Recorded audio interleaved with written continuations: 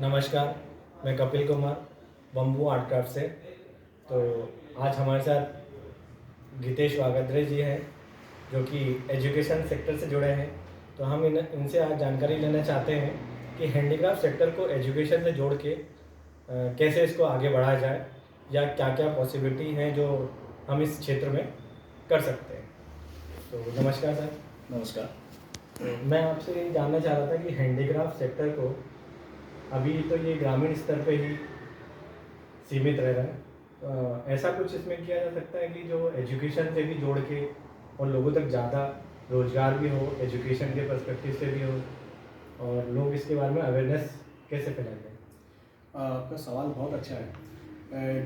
Actually क्या है कि ये फील्ड है बहुत पुरानी हमारे यहाँ, काफ़ी टाइम से है। ग्रामीण क्षेत्रों में इसका ज़्यादातर देखने के लिए मिलता है।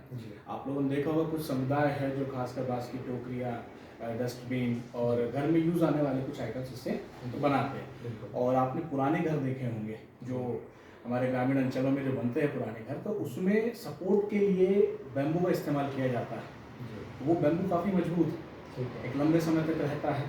थोड़ी सी टेक्निकल प्रोसेसिंग होती है उसमें केमिकल की, जिसके कारण क्या है, एक मजबूती आती है और कॉस्ट कम हो जाती है और एक अच्छा टिकाऊ घर हमें मिल जाता है। अब बात रही कि एजुकेशन में, तो अभी जो बैम्बू है इसमें जितनी भी चीज़ें बन रही है, इसमें हम लोगों को स्किल कर सकते हैं। कुछ सर्टिफिकेशन प्रोग्राम्स चला सकते हैं। 6 मंथली सर्टिफिकेशन प्रोग्राम हो सकते हैं, 1 ईयर का हो सकता है, डिप्लोमा का हो सकता है। तो इस तरीके के कोर्सेस इसमें हम डिज़ाइन कर सकते हैं। यूनिवर्सिटीज़ के साथ मिलकर इंडिविजुअल करके ये चीज़ें की जा सकती है। और जैसे आपके ITI होते हैं, स्किल कोर्सेज जो है, जैसे गवर्नमेंट भी आजकल स्किल कोर्सेज में काफ़ी ध्यान दे रही है, तो भी चाहती है कि हमारे यहाँ के जितने भी युवा हैं वो सारे के सारे स्किल बने और कोई ना कोई ऐसा उनके पास में स्किल हो जिससे वो अपना जीवन यापन अच्छे से कर सकें। तो बैम्बू में काफ़ी स्कोप है। इसमें हम 6 मंथली सर्टिफिकेशन कोर्स कर सकते हैं। अब बैम्बू का आपने यूज़ देखा होगा कि आजकल फैब्रिक में भी यूज़ होता है। फर्नीचर काफ़ी बनाए जाते हैं, काफ़ी पसंद किए जा रहे हैं। डेकोरेटिव आइटम्स हैं। प्लस इसके साथ में आप देखेंगे तो कुछ कलाकार हैं जो इसमें आर्ट वर्क करते हैं, जैसे आपके वर्ली आर्ट वगैरह, कुछ स्केचेस होते हैं, तो वो तो कलर का इस्तेमाल करके पेपर पे। बट यही चीज़ जो मैंने कई जगह देखी है, बांस की पतली स्ट्रिप्स का इस्तेमाल करके बनाया जा सकता है। मतलब फाइन आर्ट्स जो कोर्स इसमें उसे शामिल किया जा सकता है टेक्निकल से। तो जैसे सर मैंने सुना है कि ये बम्बू क्राफ्ट के जो एक मतलब अच्छे मतलब काम करने वाले लोग हैं, बैतूल में, भैंसदेही में मैंने सुना है जो ललित सोनी जी हैं, इस क्षेत्र में काफ़ी अच्छा काम नाम सुना है हमने उनका। काफ़ी अच्छे लेवल पर वो इसमें काम कर रहे हैं। उनके आर्ट वर्क देखे हैं मैंने जी। तो वो बहुत अच्छा काम कर रहे हैं। और मुलाकात होगी तो उनसे चर्चा करूंगा इस विषय में कि एजुकेशन में इस चीज़ को जोड़ा जाए। तो उन्हीं से हमारी चर्चा हुई थी इस चीज़ पे। तो वो चाह रहे हैं कि इस चीज़ को मतलब हैंडीक्राफ्ट, बैम्बू हैंडीक्राफ्ट को वो लोगों तक स्किल पहुंचाना चाहते हैं। हालांकि वो सोनी समाज से आते हैं, पर उन्होंने भी एक ऐसा कार्य चुना है जो वहाँ के ग्रामीण लोग, SC ST जो समाज के लोग ज़्यादातर ये काम करते हैं वहाँ पर, तो उनको अभी पारंपरिक काम को करते हैं वो। अब उन्हीं की स्किल को कैसे बढ़ाया जाए और सरकारी योजनाओं का कैसे उन्हें लाभ दिलाया जाए? तो देखिए, आपकी सवाल तो बहुत अच्छा है और सोच भी काफ़ी अच्छी है कि ग्रामीण अंचल के लोगों को इसमें स्किल करके उनके रोजगार को कैसे बढ़ाया जाए। एजुकेशन से जोड़ा जा सकता है। जैसे मैंने आपको थोड़ी देर पहले ही बताया कि सर्टिफिकेशन कोर्सेज 6 मंथली, 1 ईयरली या डिप्लोमा कोर्सेज स्टार्ट किए जा सकते हैं। फैब्रिक में मैंने आपको बताया, आप चाहे तो कुछ electrical electronics items, decorative items जो होते हैं, आप उसमें इसका इस्तेमाल कर सकते हैं। आपके पास ऑफिस के लिए, जैसे गवर्नमेंट आजकल कह रही है कि प्लास्टिक बैन होना चाहिए, क्योंकि वो एक ऐसा दैत्य है जो कभी नहीं मरता और हमारे पर्यावरण को बहुत नुकसान पहुंचाता है। तो उसका एक बहुत अच्छा विकल्प है बैम्बू। लोगों को रोजगार भी मिलेगा और प्लस हम उस पर्यावरण प्रदूषण से भी बचेंगे, जो कि आज के हमारे टाइम की सबसे बड़ी रिक्वायरमेंट है कि हम इस पॉल्यूशन से कैसे बचें, हमारे एनवायरनमेंट को कैसे सेफ करें। तो कुछ ना कुछ तो ऐसा करना है। तो इसमें आगे हम, जैसे आप इसमें ये कर सकते हैं कि बैम्बू इलेक्ट्रॉनिक्स है ना, बैम्बू इलेक्ट्रॉनिक्स से एक्चुअली क्या मैं इलेक्ट्रॉनिक्स फील्ड से हूँ, इसलिए थोड़ा सा रिलेट करके बता रहा हूँ आपको कि जो बैम्बू इलेक्ट्रॉनिक्स है तो हमारे घर में कई डेकोरेटिव आइटम्स हैं, तो हम इलेक्ट्रॉनिक कंपोनेंट का उस बैम्बू के साथ में यूज़ करके बहुत सारे यूजेबल आइटम्स बना सकते हैं। जनरली इलेक्ट्रॉनिक्स वर्ड मैंने यूज़ किया है तो आपसे इलेक्ट्रिकल भी कह सकते हैं क्योंकि पार्ट्स वही होते हैं। इलेक्ट्रॉनिक्स का इसलिए मैं कह रहा क्योंकि इसके जो आइटम्स हैं ये कंपेरेटिव इलेक्ट्रिकल थोड़े सस्ते होते हैं और इसमें आपको पावर कंजप्शन की भी ज़्यादा रिक्वायरमेंट नहीं है। छोटी छोटी बैटरियों पे काफ़ी घंटों तक के आपके एलईडी लाइट्स वगैरह चल जाते हैं, तो इनका इस्तेमाल करके हम कुछ हद तक के इलेक्ट्रिकल इलेक्ट्रॉनिक्स आइटम्स को डिज़ाइन कर सकते हैं।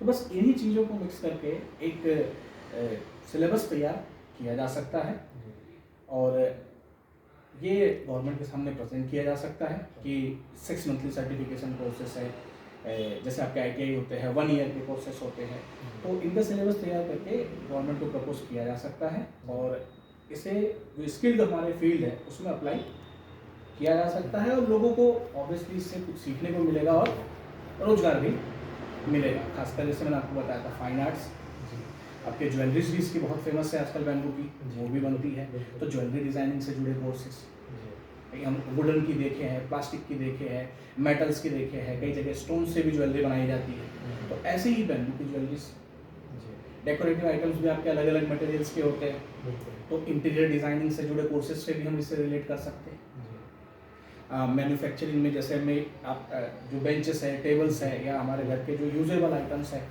तो इस तरीके की वर्क से भी हम इसे कर सकते हैं। कारपेंट्री वर्क जो होता है हमारा, तो ऐसे ही ये फील्ड्स है जिसमें हम इसका इस्तेमाल कर सकते हैं।